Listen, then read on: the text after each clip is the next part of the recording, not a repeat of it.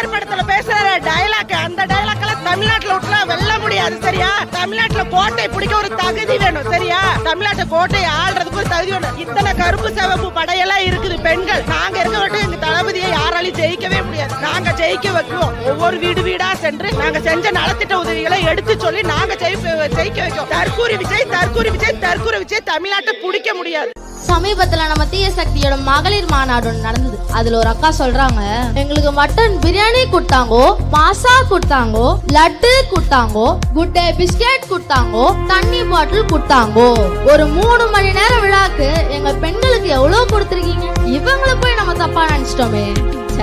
3 மணி நேரம் விழாக்கு இவ்வளவு கொடுத்தத சொல்லிட்டு 5 வருஷமா என்னென்ன கொடுத்தாங்கன்றத சொல்லாம மறந்துட்டாங்க பாத்தீங்களா? அந்த அக்கா பாவம், டைம் இல்ல போல.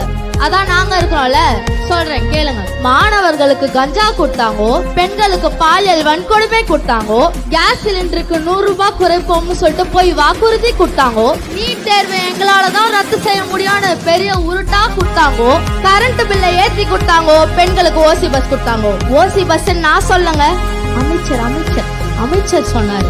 2.5 லட்சம் கோடியா இருந்த தமிழ்நாட்டின் கடனை 9.5